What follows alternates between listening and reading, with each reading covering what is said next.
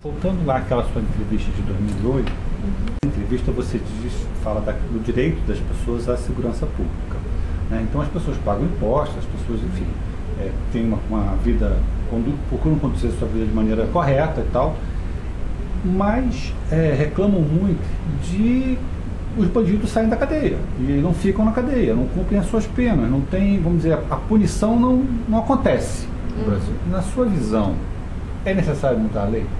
Não, eu acho que não. É necessário que haja a efetividade da lei, né? Um dos fatores que impulsiona a criminalidade, sem dúvida nenhuma, é a impunidade. E para que se tenha mais efetividade com uma punição, a punição ela tem que ser eficaz. Ela não tem que ser muito mais severa do que ela é, mas ele tem que ter a certeza da punição. Este é o grande problema, né? E para isso, qual é a nossa visão? Melhoria da perícia no país. A nossa legislação, a lei de execuções penais brasileira, ela é tida como modelo de lei. O grande problema é que nós não temos os equipamentos hábeis para cumprir a lei da forma com que está prescrito. Então, ali nós temos, assim, a melhor forma de ressocialização de um preso. Mas, na realidade, o que a gente vê hoje, né, é uma progressão, mas não progressão para que ele seja liberado para a sociedade um ser melhor do que ele foi. É uma progressão no mundo do crime. O que nós temos que ter em mente, e a sociedade em si, é que a única certeza que se tem um regime onde não se tem pena de morte nem prisão perpétua é de que alguém que está preso vai sair. Eu quero saber que jeito que esse ser humano vai sair. Como a sociedade quer ver? Melhor ou pior? E a falha, ela não é falha de uma instituição, ela é falha de um sistema. Sim. Veja uma coisa, nós somos defensores implacáveis da Lei Maria da Penha. Né? Fizemos até campanha a favor da Lei Maria da Penha. Temos uma colunista que explica a Lei Maria da Penha, um serviço para as mulheres que acessam o blog, sobre a Lei Maria da Penha, como é que funciona, aspectos mais, nuances da lei e tal, e tal, e tal, e tal, e tal. No entanto, por exemplo, aqui em Brasília, num restaurante aqui da Asa Norte, ela estava ameaçando a menina foi à delegacia da mulher, foi à justiça, a justiça disse que ele tinha que guardar a distância dela e tal, o cara foi lá, armado uma faca e matou a menina que estava trabalhando no bar. Então como é que a gente faz essas coisas funcionarem no Brasil? Porque a lei é boa, a lei isso aí ninguém discute. A lei é, e é uma lei que, assim, existem esses casos, mas certamente, se pegarmos por um período histórico, ela já poupou várias vidas. Eu não tenho dúvida em dizer isso. Mas eu acho que, assim, quando a gente elabora uma lei, e eu aqui já disse, né, na elaboração da lei de fechamento de bares em Diadema, nós tivemos um processo de conscientização, né? E esse processo, ele não é só da sociedade em si, e não estou dizendo que juízes, promotores, delegados, são sociedade, mas nós temos que ter um processo de sensibilização nas autoridades que vão executar a lei. E a par disso, nós temos que ter um processo de meios hábeis para que esses profissionais também se sintam seguros ao executarem uma lei.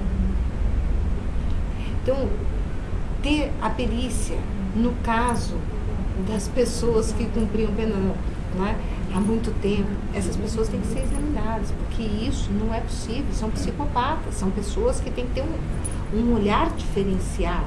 Então, são pessoas que elas também não têm que ficar trancafiadas atrás de grades, mas elas têm que ter uma proteção do Estado, porque elas não precisam mais de autoridade, elas precisam de cuidado do Estado. Mas elas não podem viver em sociedade.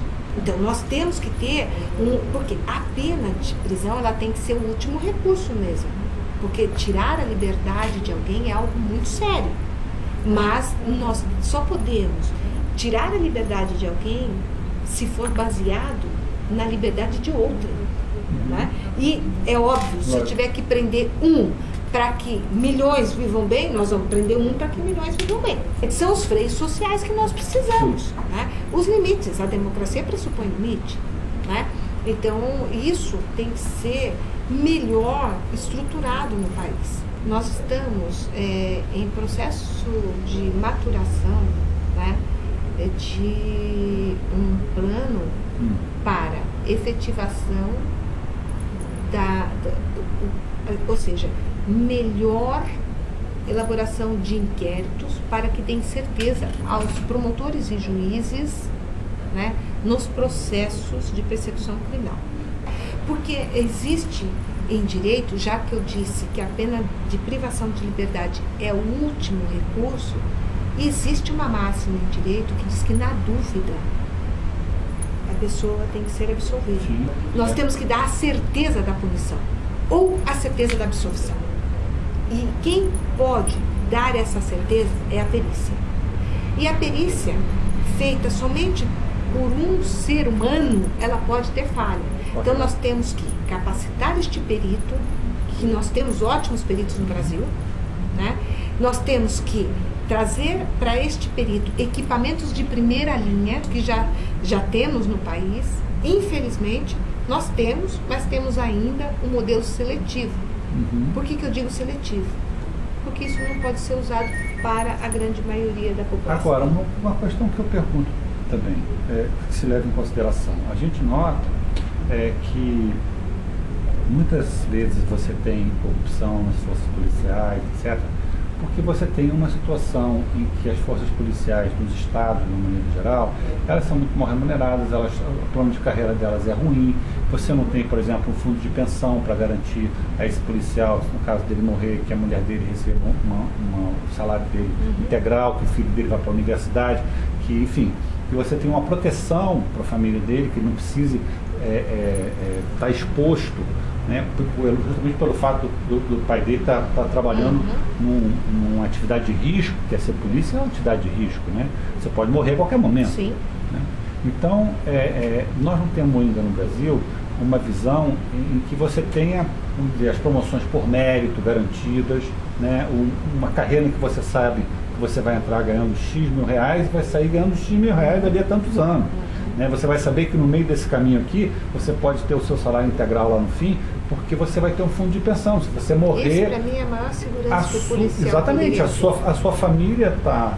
Então, na hora que ele tem uma tentação de cometer um ato, como disse a presidente da República, de mal feito, né, ele pensa duas vezes, porque ele tem muito a perder. Lógico, lógico. É o freio que tem a polícia, por exemplo, do Distrito Federal. Né?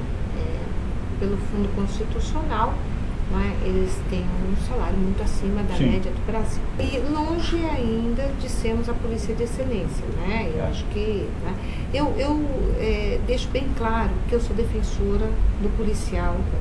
E quando digo isso, digo que eu sou defensor do policial vocacionado e diferencio aqueles malfeitores dentro da polícia, porque eu acho que esses não são policiais. Quando eu defendo o policial, eu defendo aquele vocacionado. Ele tem que ter a garantia, e acho que a gente não tem que ter, né? Me perdoem os policiais que ouvirem isso, mas nós não temos que ter um salário altamente vantajoso na entrada do policial, porque ali nós queremos gente vocacionada.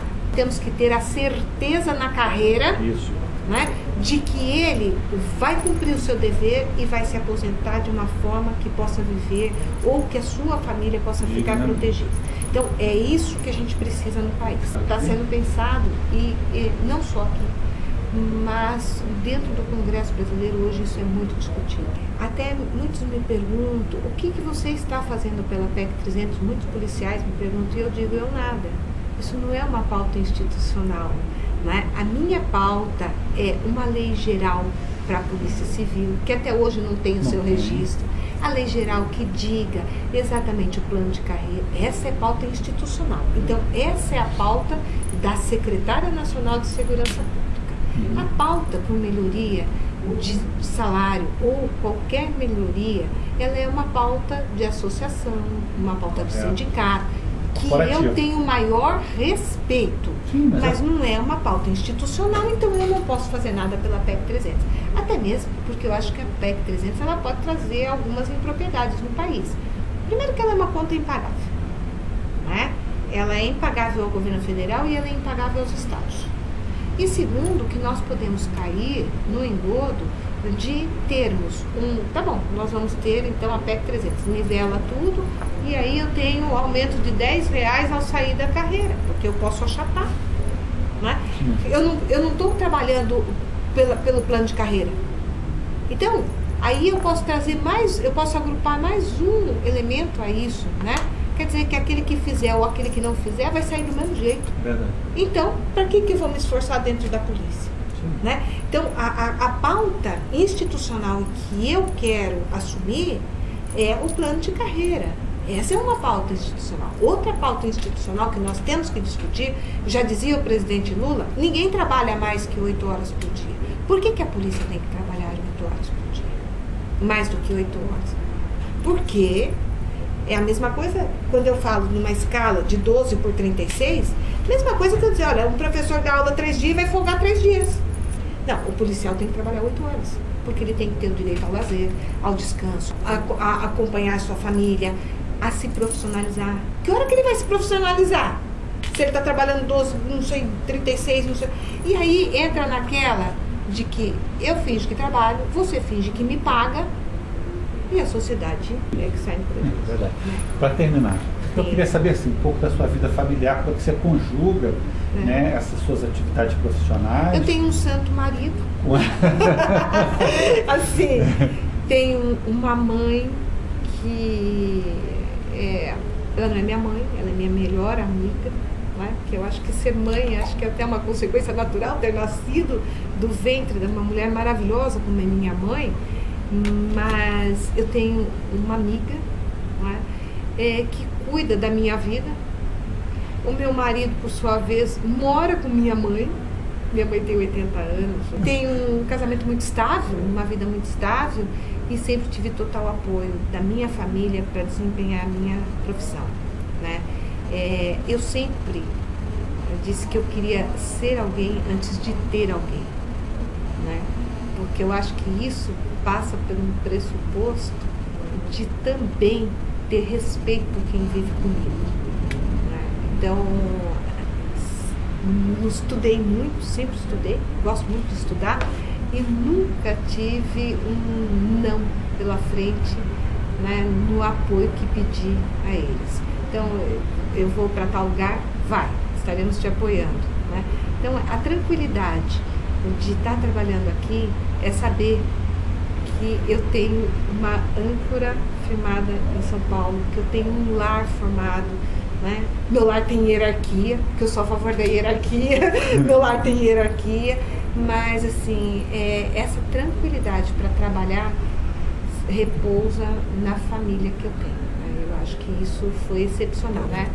Mas 2 pessoas que todos os dias, quando eu assino pilhas e pilhas de processo aqui, eu assino pensando que eu tenho um nome a zelar, porque eu preciso deixar a eles o maior patrimônio que eu considero na minha vida. Sou contra o direito de herança. Eu acho que a gente não tinha que ter nada, a gente tinha que ter o direito de usufruir, né? Mas eu quero que eles tenham um orgulho um dia de dizer que conviveram comigo.